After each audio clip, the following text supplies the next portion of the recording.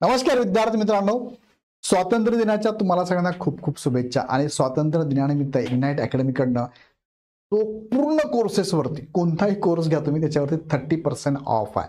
खाली डिस्क्रिप्शनमध्ये लिंक दिली आहे, ॲप डाउनलोड करा आणि हवा तो कोर्स लगेच परचेस करा। 30% ऑफर घेण्यासाठी कुपन कोड वापरायचा आहे। कोणता वापरायचा आहे? शब्द इंडिया नावाचा कुपन कोड वापरा।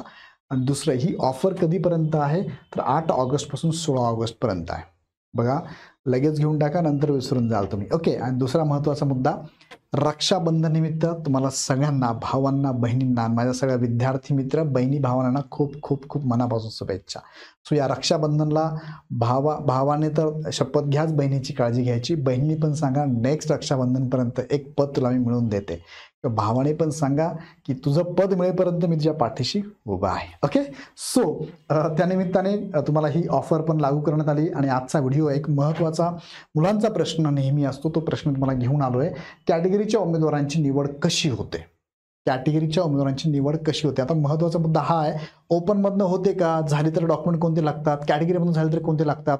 ओपनमधून झाले तर ओपनची डॉक्युमेंट लागतात का वेगळी? हे सगळ्या प्रश्नांची उत्तरं तुम्हाला ह्या व्हिडिओच्या माध्यमातून मिळणार आहे। सो शेवटपर्यंत हा व्हिडिओ बघा। आणि कंबाईन ग्रुप बी आणि सी, ग्रुप बीचा फॉर्म सुटला आहे, लास्ट डेट 21 ऑगस्ट आहे। सीचा सुटणार आहे। ग्रुप बी आणि सीची तयारी करण्यासाठी एकत्रित बॅच प्री प्लस मेन्स तुमची अवेलेबल आहे बी आणि सीची, किंवा फक्त प्रीची पण बॅच तुम्हाला अवेलेबल आहे ग्रुप बी आणि सीची। दोघांची फी बघितली तर 5,900 आणि 6,999, 1,000चा फरक आहे। बॅच चालू झाली। बॅच लाईव्ह प्लस रेकॉर्डेड आहे, लगेच तुम्ही जॉईन करू शकता लाईव्ह प्लस रेकॉर्ड बॅच। ह्या बॅचमध्ये तुम्हाला प्रत्येक विषयाची फॅकल्टी वेगळी आहे, PDF स्वरूपात नोट्स आहे, टेस्ट सिरीज अवेलेबल आहे, फुल लेंथ टेस्ट आहे, सब्जेक्ट वाईज टेस्ट आहे, टेस्ट प्लस तुम्हाला PYQचं ॲनालिसिस पण अवेलेबल आहे। ह्या सगळ्या फॅसिलिटी तुम्हाला ह्या बॅचमध्ये आहे।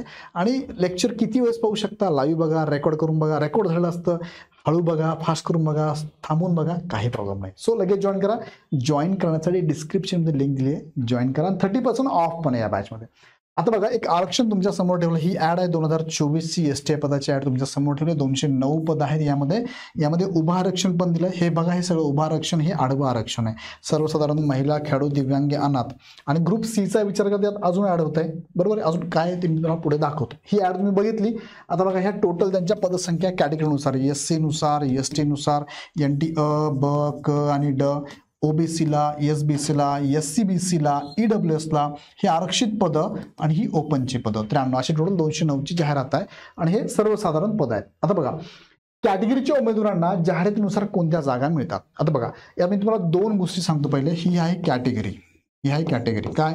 SC, ST, OBC, विजय, NT अ, NT ब, क, ड, SBC, SBC, SCBC आणि EWS।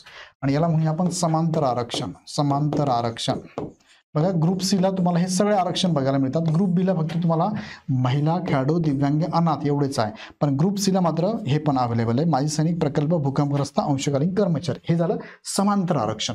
दोघांचा विचार लक्षात घेऊन तुम्हाला मी याचं उत्तर देतोय, कॅटेगरीच्या उमेदवारांना जाहिरातीनुसार कोणत्या जागा मिळतात। मग बघा, पहिला एक्झाम्पल घे तुम्ही, कॅटेगरी मधला मेल, कॅटेगरीला मेल, याला 2 ठिकाणी जागा मिळतात। पहिला विचार याचा कुठे केला जातो? पहिला विचार याचा विचार केला जातोय ओपन जनरल मध्ये, ओपन जनरल मध्ये। आणि दुसरा विचार केला जातो त्याचा कॅटेगरी जनरल मध्ये, मेलचा। कारण हे समांतर आरक्षण आहे का? नाही। मग दुसरी कॅटेगरी जी आहे ना, ती मग तुम्हाला पकडतो ही फिमेल आहे। कोणत्या कॅटेगरीची फिमेल पकडा, कोणत्या कॅटेगरीची फिमेल पकडा। किंवा आता फिमेल जर पकडलं, फिमेलला दुसरं काय समांतर आरक्षण कोणते कोणते तुम्हाला मी मागे लिस्ट दाखवली। समांतर आरक्षण किती आहे? टोटल जर बघितले तर किती आहे समांतर आरक्षण? 1 2 3 4 5 6 7 8, हे टोटल 8 तुम्ही इथे पकडू शकता। समांतर आरक्षणची कोण? 8 स्टुडंट, 8 उमेदवार पकडू शकता। त्यापैकी एक घेतलं मी फिमेल, फिमेल सहित बाकीचे पण आरक्षण आहेत। मग फिमेल 4 ठिकाणी विचार केला जातो, 4 ठिकाणी। कोणत्या 4 ठिकाणी? तर पहिला विचार फिमेलचा कॅटेगरी कोणती कॅटेगरी पकडा? कॅटेगरी किती आहेत? इथे कॅटेगरी दाखवतो तुम्हाला, 1 2 3 4 5 6 7 8 9 10 कॅटेगरी तुम्ही पकडा। ह्या 10 कॅटेगरीतली कोणताही मेल असेल, कोणताही फिमेल असेल। पहिला विचार केला जातो त्याचा कुठे? Open female. आता फिमेल नाव घेतलं तर फिमेलला जोडून तुम्ही काय करू शकता? हे 8 कॅटेगरी इथे लावू शकता। दुसरा विचार कुठे चालतो त्याचा? दुसरा विचार कॅटेगरी फिमेल, बघा हे समांतर आरक्षण नाव आहे बघा, फिमेल। तिसरा विचार कुठे चालतो त्यांचा? तिसरा विचार ओपन जनरल, आणि चौथा विचार कुठे जातो त्यांचा? Category general. ह्या 4 ठिकाणी त्यांचा विचार केला जातो। बरोबर आहे, इथपर्यंत क्लिअर झालं. 4 ठिकाणी बघा हे लक्षात घ्या. आता कॅटेगरी आणि मी काय केलंय, कॅटेगरीला मेल आणि कॅटेगरीला फिमेल पकडला. आता कॅटेगरी सोडलं तर ओपनच्या विद्यार्थ्यांना मात्र जरा काय म्हणूया आपण त्यांना, कुठे ओपनच्या विद्यार्थ्यांना मेल जर असेल तर तो फक्त ओपन जनरल मधून जाणार आहे. बरोबर, मेल असेल तर ओपन जनरल, आणि फिमेल जर असेल तर फिमेल असेल तर 2 ठिकाणी, ओपन मधलं फिमेल पहिले जाईल आणि ओपन मधलं जनरल नंतर जाईल. ओके, ओपन मध्ये असेल तर, बाकी कॅटेगरीनुसार याप्रमाणे, ओपन मध्ये याप्रमाणे. फायदा तर आरक्षणला आहेच, कारण एक्स्ट्रा सीट मिळतं ना. बघा ओपनचा मेल इथे बघा, कॅटेगरीचा मेल बघा, ओपनचा मेल बघा, काय फरक आहे. कॅटेगरीच्या मेलला 2 ठिकाणी जागा आहे, ओपनच्या मेलला एकाच ठिकाणी जागा आहे. कॅटेगरीची ओपनची फिमेल बघा 2 ठिकाणी जागा आहे, 1 आणि 2, आणि कॅटेगरीची फिमेल बघा 4 ठिकाणी जागा आहे. बरं, हे लिहिलेलं यानुसारच, पहिले इथे जागा चेक करता, यानुसार कट ऑफ मध्ये बसलं, इथे इथे नाही, कट ऑफ नुसार मार्क नाही, मग इथे, इथे कट ऑफ नुसार मार्क नाही, मग इथे, इथे नाही, इथे. 4 ठिकाणी, 4 पैकी जो सिक्वेन्सनी 1 2 3 4 अशा सिक्वेन्स जाणार, अशा सिक्वेन्स जाणार, त्यानुसार त्याला जागा अलोकेट होणार. ओके, इथपर्यंत डॉट कळलं. हा, म्हणजे कॅटेगरीच्या विद्यार्थ्यांना ओपनच्या जागा मिळतात. बघा ही कॅटेगरीचा मेल आहे, ओपनची जागा आहे. कॅटेगरीची फिमेल आहे, ओपनची जागा आहे. बघा इथे मग कॅटेगरीचे 8 समांतर आरक्षण पकडा, ओपनची जागा मिळतात. ओपनच्या विद्यार्थ्यांना ओपन जागा ऑलरेडी असतातच. ओके, इथपर्यंत क्लिअर झालं. आता पुढे बघा, आता पुढचा प्रश्न काय आहे, कॅटेगरीच्या उमेदवारांना आरक्षण घेण्यासाठी कोणते कागदपत्र लागतात. तर बघा हे कागदपत्र 100% लागतात. हे जर कागदपत्र व्हॅलिड नसेल तर यांचा विचार कॅटेगरीमधून होत नाही. बघा आता इथे बघा, हाच मुद्दा सांगतोय.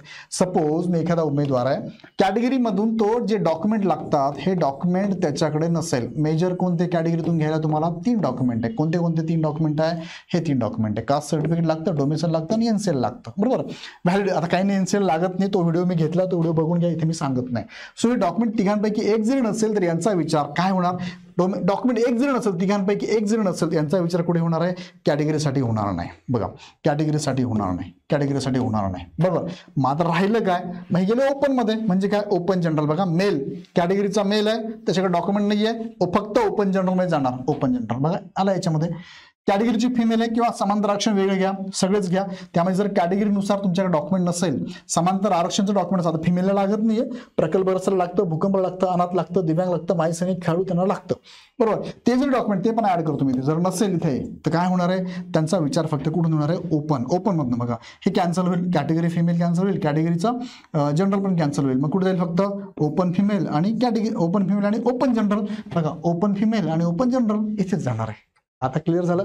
हा, आता पुढचा महत्वाचा प्रश्न तुमचा परत असा येतो बघा, काय पहिलं, सर मी फॉर्म भरलाय कॅटेगरीमधून, कॅटेगरीमधून फॉर्म भरलेला आहे आणि माझी निवड झाली आहे ओपन मधून, तर मला कोणते डॉक्युमेंट लागतात. सर ओपनचं काही लागतं का, नाही.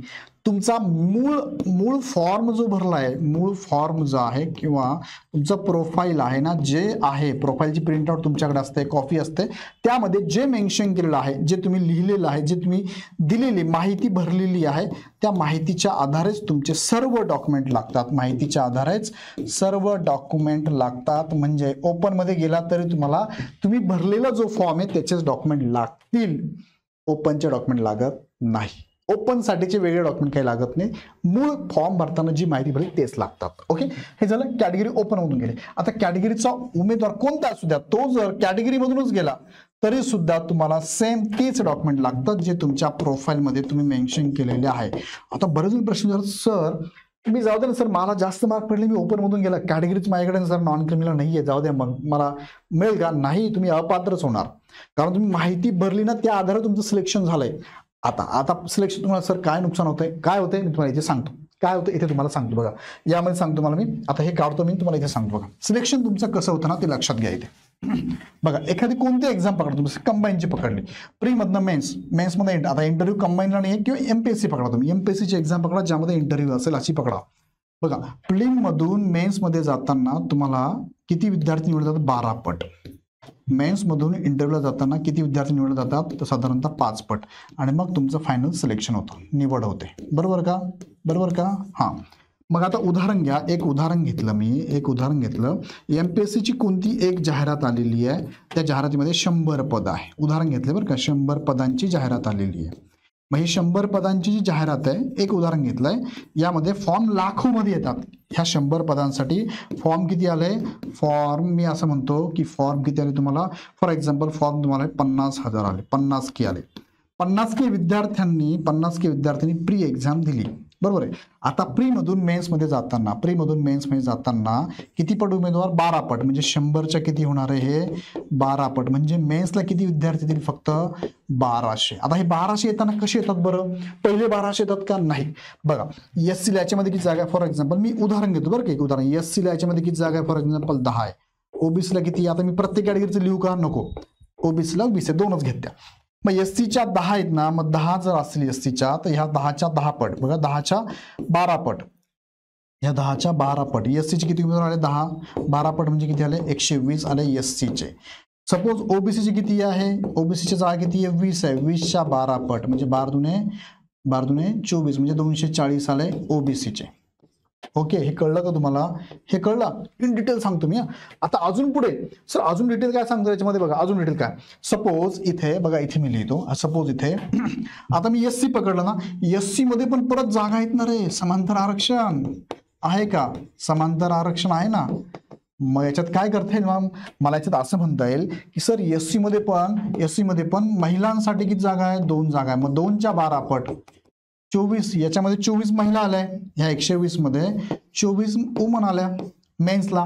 सर यामध्ये ना ग्रुप C मध्ये जाहिरात आली, सपोज एक्झाम्पल प्रकल्प रस्त्याच्या सर 4 जागा आहे. 4च्या 12 पट 48. अरे यामध्ये 48 जागा प्रकल्पग्रस्तांना पण गेलेल्या आहे. त्यानुसार येतात ना पुढे, म्हणून कट ऑफ कमी जास्त लागतात. ओके, लक्षात आलं?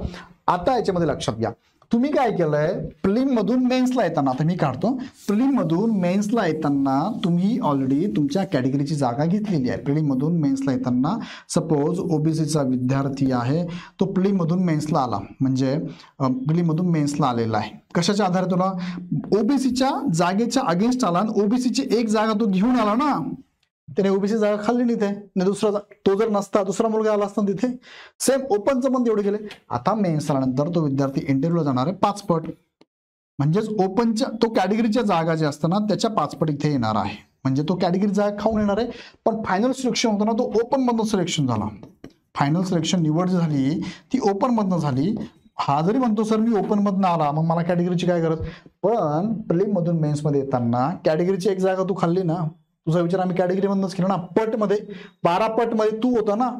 तू जर नसा दुसरा OBC कॅन्डिडेट आला असता ना, तू जर नसा दुसऱ्या कॅटेगरीचा विद्यार्थी आला असता ना, तर तू जागा खाल्ली तिथे. म्हणून इथूनच तुझा विचार केलाय कॅटेगरीसाठी. मग तू असं नाही म्हणत सर फायनल माझी निवड ओपन मधून झाली, मग माझे कॅटेगरीचे डॉक्युमेंट बघू नका. नाही चालणार असं. सो मी तुम्हाला सांगितल्याप्रमाणे इथे जे डॉक्युमेंट लागतात, हे डॉक्युमेंट कसे लागतात तुम्हाला, तर हे तुम्ही कशात नाही येऊ द्या, तुमचे मूळ जे डॉक्युमेंट आहे ना तीच डॉक्युमेंट इथे विचारात घेतले जातात. फॉर्म भरताना प्रोफाईलमध्ये जी माहिती असते तीच विचारात घेऊन तुमचं सिलेक्शन केलं जातं. सो हे लक्षात जर आलं तुमच्या, तर फिट होईल डोक्यामध्ये. जरी तुम्ही ओपन मधनं गेला तरी कॅटेगरीचे डॉक्युमेंट लागतात. समजलं का? मला कमेंटमध्ये कळवा. अजून काही छोटे मोठे प्रश्न आहे याच्यामध्ये असू शकतात, असेल तर मला प्रश्न टाका कमेंटमध्ये. डोक्यात नका ठेवू, प्रश्न टाका कमेंटमध्ये. पुढचा व्हिडिओ मी तसा घेतो तुम्हाला. ओके, सो हे सिलेक्शनची प्रोसेस पण तुम्हाला माहीत नसेल ते पण टाका. डिटेल्समध्ये टाकतो, डिटेल्समध्ये ॲनालिसिसचा व्हिडिओ घेतो मी तुमच्यासाठी. व्हिडिओ आवडला तर मात्र लाईक नक्की करा आणि कमेंटमध्ये कळवा आवडला तर. आणि इग्नाइट अकॅडमीकडे तुम्हाला डिस्काउंट ऑफर चालू आहे ह्या बॅचेसला.